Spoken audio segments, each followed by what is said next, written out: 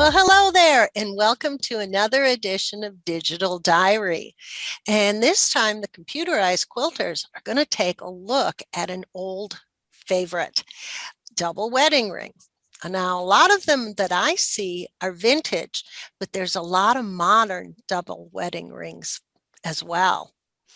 Karen, you've got a double wedding ring behind you. You want to tell us about that? I do. This was a wedding gift. So it was before I actually got into quilting. And it is hand quilted, but you can see, the design is very traditional. So it's got a feather in the center part and then it's stitched in the ditch around the little blocks in the rings. But yeah, this is one that I've had around my house a long time. That's nice. And they were traditionally wedding gifts because they were special quilts. They would take a while to do with the curved piecing. So they were held out for special occasions. So let's take a look at a few pictures, shall we? So we're going to be talking about double wedding rings, and this is one that I did years ago. And I'd like to discuss some of the differences that we'll see. And I think what we're going to see over and over again is the different size of the piecing. Um, the the star that's in here could either be a square or it can be more of a star. These arcs will come in different sizes, and also the size of the melon will differ very much between different quilts. Yep. So no two wedding rings are really the same. There's no like one size fits all in digital patterns. So that's something to consider. Yes, yes, it is. Now, on this one, I'm going to be talking about rings when we get to my section. And this is a very classic way to deal with those rings, and it is a point-to-point arc. So I'm just drawing pattern and going all the way around with these arcs.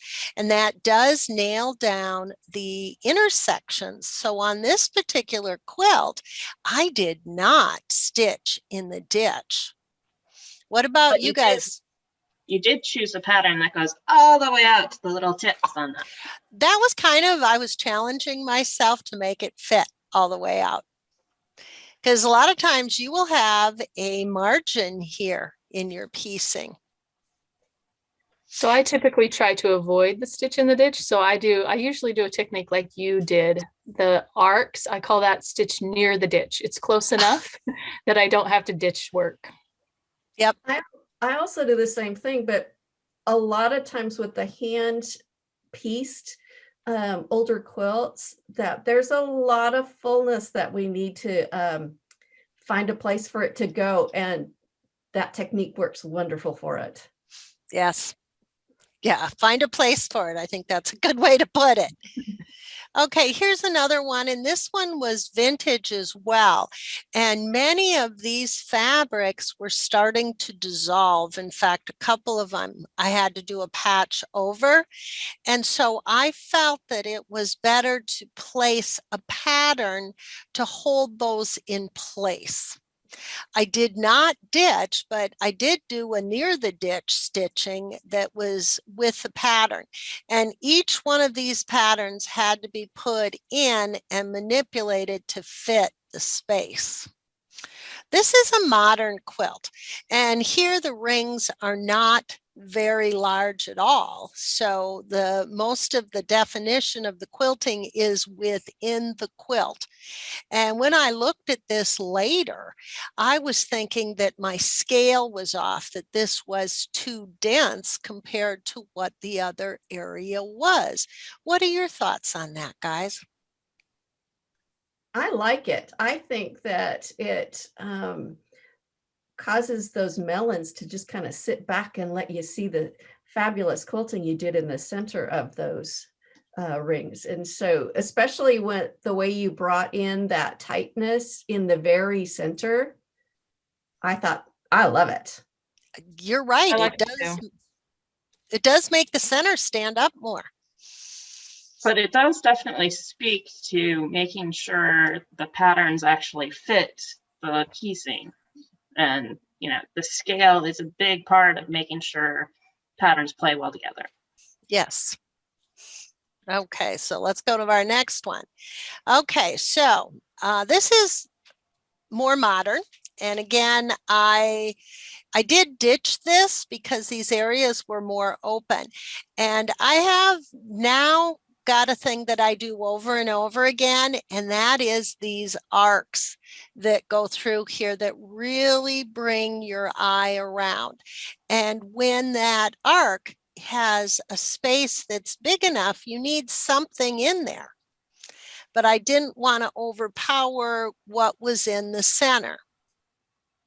The other thing I like about this quilt is the echoes of the white spaces. So you have that margin that you've created kind of with an echo look. I really like that. It sets off the design. Oh yeah, it really brings more of that. The melon gets bigger and more prominent, doesn't it?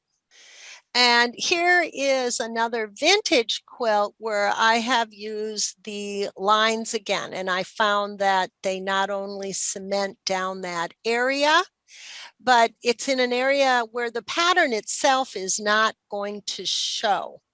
I have the same thing here in here as I do in here, but it only shows in one spot. So then I decided that I would try and make these lines go all the way across and give myself a crosshatch here. So that's what I'd like to show you next. This is a design that also has a melon that goes with it, and I like those sets. Karen, do you have sets of double wedding rings? I do. I have a couple of sets. I like to mix and match things sometimes, but you know, I mean, because there's so many themes, different ways you could go. We've already seen a modern style, we've seen simpler, we've seen more dense, and of course, there's always the feathers. Feathers are incredibly traditional with these wedding ring quilts. Yes, I think I use more feathers than anything because I do get more traditional quilts. So, oh, here's feathers right here. And again, I'm using that arc where you're not going to see a lot of the pattern. Well, and what I like about that arc pattern is it holds down that whole entire area, but you're not fussing with the individual piecing of each one. It stitches out a whole lot faster too. It really does go fast. I still put a boundary in. Oh yeah. But it sure works. You can't do a double wedding ring without putting in a boundary, I don't think. And with every single block, because they're all going to vary. Yep. Yes, they are. I also like how those straight lines kind of take your eye away from the fact that each one of those little tiny pieces are different sizes. And some are a little bigger, some are a little smaller, but it makes your eye think they're all exactly the same. Oh, that's a very good point. And I did notice on this one, these are done with straight lines, whereas most of the traditional ones are done with tumbler styles of the pieces. So there's a lot of different ways to do a double wedding ring. So let me show you how I did those straight lines. So the first thing I did was I actually on my quilt, I clicked out a boundary showing where that arc is. And we've talked about many of those arcs not being exact from side to side. So I'm going to make a pattern that is going to probably fit them as best I can. So then I clicked an arc, a 3-point arc, by clicking the 3 points, and you can see it doesn't exactly fit my arc on my quilt. So I adjusted the nodes, and then I echoed it quite a bit. And depending on the size of your piece here, you can go 1/2 inch apart, 3/4, whatever you feel is best. Then what I did was I changed the sewing order. So every other arc moved in a different direction. So then I rubber stamped my master pattern, and I have just a bunch of them, just all right on top of one another. And I can bring them into each one of my boundaries and do a fill, and it will stitch over and back and over. And I'm just going to have a little tiny space on each side that is going to go right in that ditch. And here you can see where I have put them on again. So I am getting a crosshatch in that same area. So I'm where the arcs cross, the lines cross as well. And this is what you get when you do a whole bunch of them. You could always put in something here and draw your boundary right here to make it stop. But this has been kind of a go-to technique for me with double wedding rings. And when you have a whole bunch in a pile, you can just bring them over as you need them. And I go through the whole quilt stabilizing with rings, and then I go back and fit in the other spaces. How do you guys do your quilting steps? For me, it depends on whether I'm going to be doing stitch in the ditch or not. So depending on what patterns will be going in the larger spaces, if I need to do stitch in the ditch, I'll do stitch in the ditch. If I don't, I'm usually like you, and I just do the rings first and then come back and do the larger spaces, the melons and the centers. Definitely helps to stabilize those areas and minimize that shifting and shrinkage. But I'm a stitch in the ditch kind of person, so mine will always get ditched. But most of mine do too, and it's just I think it's what you're used to. I'm with everybody else. If I'm not ditching, I will use the rings to stabilize, but instead of having a stack of them like you do, I will save it to my project and then bring them over one at a time from my project tab. See, and I'll just save it to my copy buffer and do a paste every time I need one. Well, yeah, It's too bad there's only one way to do things in Creative Studio, right? Yeah. I love hearing what everybody does, and the copy paste. I haven't tried that one. I've done the rubber stamp, but I think on my next one, and I do have 2 in the cupboard, I'll try that copy paste. We learn from one another too. Okay, so let's move on and take a look at somebody else's quilts. Christine, you want to tell us about this? So what I found when I started looking for double wedding rings, because I haven't actually quilted a whole lot of very traditional wedding rings, but I have quilted the wedding ring shapes. So I actually have patterns that are fairly modern patterns to fit these shapes. So I have actually quilted all of these on different quilts. Never put them together for a double wedding ring, but I think it's great. I think the biggest thing with my patterns, especially with that big arching shape in the middle, that star kind of shape, I intentionally make my patterns just a little bit bigger so that I can go back and fill. That was going to be my question. Did you do a fill on this? Because it looks like it's right up there. Not for the mock-up, but when I actually placed them, absolutely. Yep. Then you don't need a stitch in the ditch. No. So the biggest thing when I was working with these patterns, and I actually, when I designed these patterns, I made them intentionally a little bit oversized. So I can always go back and do a fill so that it perfectly fits each of those star shapes. Because each one is going to be completely different.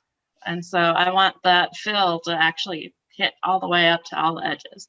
It stabilizes and makes the fills easier. That's absolutely. For sure. I usually do the ditch work first because then it also gives me travel lines so that when I do my fills, it gives it a line to travel in. Okay, let's take a look at another one of Christine's. So again, these are taking some of those shapes and putting them together that I've used in different places. And this is just that standard, curved crosshatch for the center, and then a melon shape that I've created for other uses. But I think they play pretty well together. Yeah, I like the depth that these patterns provide, and I like, this is a great one to look at too, to consider the different densities of designs, because I look at that a lot, and I always want, okay, my melons and my centers to be relatively similar in density, but that's not necessarily, it doesn't have to be that way. Like yours, those melons being more dense, it actually gives the quilt a lot more interest. Oh, absolutely. And here I was thinking they have to be balanced, and I like this. I'm glad you guys pointed it out because I'll think about that from now on. I think about density like I do color. Do I want all the colors to be similar value and blend with one another, or do I want some little bit of contrast or a lot of contrast? And I do the same thing with densities. How much contrast do you want? Yep, you need a low, a medium, and a high density, just like you need the colors. Good point. That's a Well, great way to think of it. And in this case, I mean, those melons are definitely your focal point. So maybe if the big star shape had something fairly busy in it and the melons were your focus, this would give you a better option. Cool. Okay, let's take a look at another one. Now this is a lot of thread. This is a ton of thread, but a lot of what I do is a lot of dense quilting anyway. Again, I've used these patterns for other things, and now I'm trying to put them together in interesting ways. So literally, I just wanted to come up with a way to, again, provide a little bit of texture to that center part, because a lot of people in the modern world like that real heavy, dense, almost matchstick quilting. And so being able to fill that shape continuously and not have lots of overstitching was also something that was fairly important. That's cool. It reminds me of the old-fashioned test patterns. Remember when the TV would go off the air and it made your eyes jump? I'm thinking a person could do a whole cloth wedding ring quilt really easily. Absolutely. Yep. And I'm thinking it's done on solids, and some of those threads are variegated. Ooh. Yeah. Yeah, wouldn't be in my world. I'm really not into whole cloths, but that's cool. I am, because I don't have time to piece. So if I want to quilt for me, takes so long anyway. Yeah. Okay, so are you ready to move on now? Absolutely. Okay, Christine, we can tell this one's yours again. So this one, I took that first one with all those big crackly bits and decided to take the circle shape and that melon shape out into the border and played with them. And since I was playing with kind of random placement, you'll notice some of them fall off the edge of the quilt and some of them kind of tuck under the wedding rings. So I like using fill in interesting ways to give kind of that dimensional effect. That's really cool. You're engaging the edge on both sides. I tend to do that. But isn't it great we have Creative Studio that we can play like this and not have to attempt this straight on a quilt? We can play around with it first.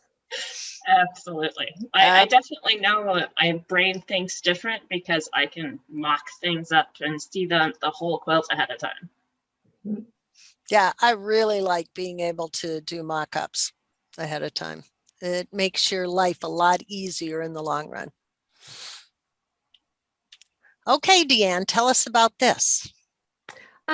This one was the traditional style of doing a custom quilt, in that there's a different pattern in each of those areas. And I used the pearls with apply. And I did the arcs first, and then I placed in all the melon and the centers, and then I went back and put in the circles in each of the connecting areas. And the reason I did that is because I found that when I do these vintage quilts, because most of them are vintage, that those outside areas, especially those, there's They're usually a solid color.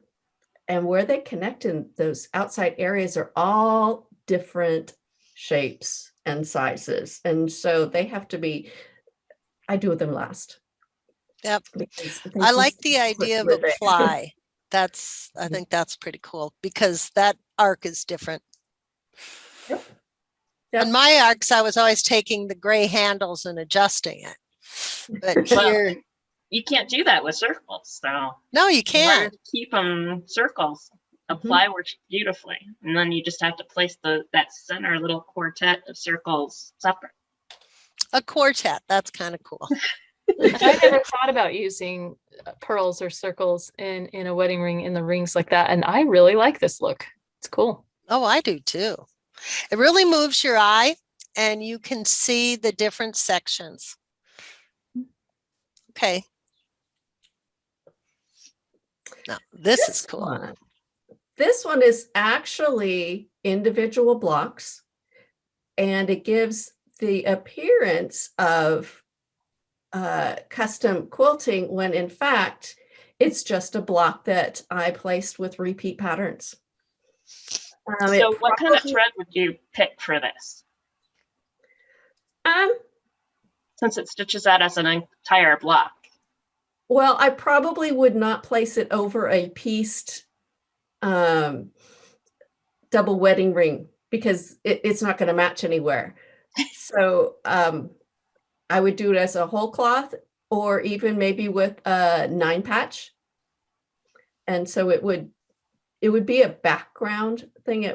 I would use something that blended a little bit, but not necessarily completely. Oh, I think it's cool. I've used blocks to kind of do a mock double wedding ring myself. And the thread color is an issue, especially wouldn't it be nice if you could divide this and do just this in one color and the rest of your block in another color of thread? I guess it would depend on how the stitch path goes. Yeah, and I don't remember. So, But I bet we could figure it out. I bet we Oh, I can. love that kind of stuff. Those are the challenges I like. I think it's beautiful, Deanne. That's a great way to do a double wedding ring. I like how that feather in the center has a little bit of movement. It kind of has a spiral effect.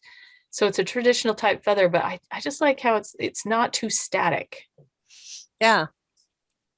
Well, and I bet if you really wanted to use one of those patterns over the piecing, like you said, we could divide out just the center if you wanted it or something like that. Just those arcs. And this is by One Song Quilt artist. Is that right? One Song Needle Arts. There you go, One Song Needle Arts. And the way she designs her patterns is they're usually separate and then she brings them together, sometimes with a jump stitch. And so she's really good at creating ways for you to be able to divide the patterns, or she has them already divided for you if you purchase a set. Yeah, she has the sets. Really good sets. Cool. Okay. All right, Karen. Okay, so I just did one picture with all of the options I was thinking about using. This is how I do a mock-up is, okay, I'll do one row in one style of pattern and another row just to kind of compare them to each other. So I wouldn't necessarily actually quilt all of these different designs on one wedding ring quilt, but I wanted to see how they, balanced and how they compared to each other. So you can see several different styles there from, pretty open, not very dense to the lines down there. I think that might be one of my favorite ones is the lines. Lines are so simple, but they're also dramatic. And the cool thing about those patterns on that bottom row is that like Christine used fill to make sure that the patterns fit exactly within the space she was using. That's how I approached with these patterns, these areas. The design that I used in the melons isn't a melon shape. It's actually a rectangle. And you could use any fill design or dense design and just fill it into that melon shape and have it fit and work and stitch well. So makes it pretty easy. And then I liked having the opportunity to create kind of a big, big border. I don't do a lot of wedding ring quilts that have borders, but some of them do. A lot of them have that scalloped edge, and that's another thing to talk about is how you work those curved edged quilts. But some of them do have the actual border outside of it, and so, you know, sometimes you have to fill in the space there. Yep. I love this border. I love straight lines and curves too. So I like how you show the different densities in each one of those. I'm the kind of person that loves having my designs go all the way out with no margin, but you can see what it would look like with the margin as Yeah. well. And I think the top two especially need a margin of some kind to make that design be something itself, to have some more prominence. Mhm. So And as I look at it, I think an echo, like I saw on some of yours page, I think an inside echo to, you know, and a stitch in the ditch to accent those areas. I think that would make those patterns stand out and look a little bit nicer. yeah, is it inspiration? well, because that's always the hard part is getting those patterns to fit in those tiny little pointy spaces. It just either doesn't look right or you can't pull it all the way out, or it's always a problem. Yeah, Yeah. that's why mock-ups work well. Now this mock-up was done in EQ. You could do the same thing by clicking out a boundary on your actual quilt, so you would see how it fits. So I do a lot of blueprints, and that's what I call them, of the quilts themselves. And I do a anytime, lot of photo imports, so that way I don't have to do a full EQ mock-up every time. yeah, that's good And I can too. still get some of those, you know, if there's a weird curve or something, I can still represent it fairly well, as long as the picture is pretty straight on. Okay. Well, I think we had some really cool stuff here. And any of you got double wedding rings? I know I do. We'll be moving on to that soon. Well, I'm thinking I might do a whole cloth. I think that's a good idea. You'll have to make sure you share it. Well, thank you everyone for joining us for another edition of Digital Diary. And we hope to see you in our next session. Thank you. Bye. Bye. Bye, everybody.